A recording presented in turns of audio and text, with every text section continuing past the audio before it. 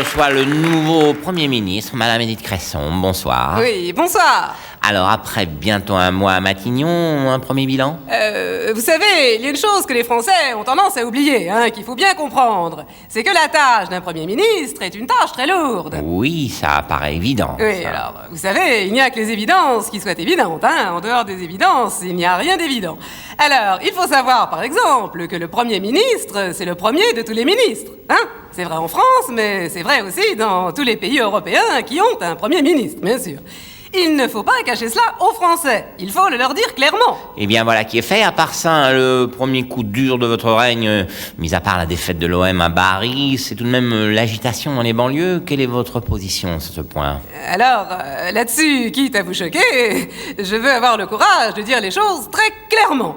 Le problème des banlieues est un problème qui doit être traité comme un vrai problème. D'accord, mais comment?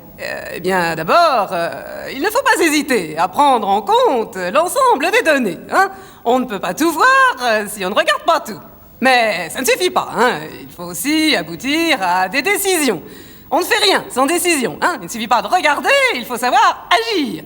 Rien ne bouge sans une action. Et il n'y a pas d'action si on ne décide pas d'agir. Oui, je vois d'ici le soulagement à Mantes-la-Jolie. Vous savez, il n'y a pas 4 chemins pour résoudre un problème. Il faut lui trouver une solution. Et le problème des banlieues n'échappe pas à cette règle. Il faut le solutionner, sinon il restera sans solution. Et une solution, ça veut dire des décisions et des actes.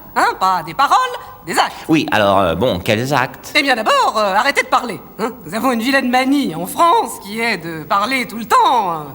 Il faut arrêter de parler, il faut passer à l'action. Oui, mais quand?